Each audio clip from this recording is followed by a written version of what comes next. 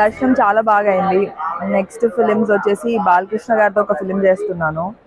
Pushpa 2 release కోసం మీరెంత wait చేస్తున్నారో నేను అంతే వెయిట్ చేస్తున్నాను. అండ్ హరికథ అని ఒక వెబ్ సిరీస్ చేస్తున్నాను హాట్‌స్టార్ అండ్ పీపుల్స్ మీడియా ఫ్యాక్టరీకి. మొన్నే లంబసింగి సినిమా మాది రిలీజ్ అయింది. ఓటీటీలో చాలా మంచి హిట్ అయింది. అందుకే దర్శనం చేసుకోవడానికి వచ్చాను. వచ్చినన్ని ఆపర్చునిటీస్ వస్తున్నాయి, మనం కష్టపడాలంతే.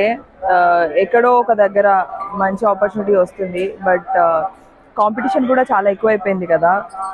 అంటే ఇన్ని రోజులు నాకు ఎప్పుడూ అర్థం కాలేదు.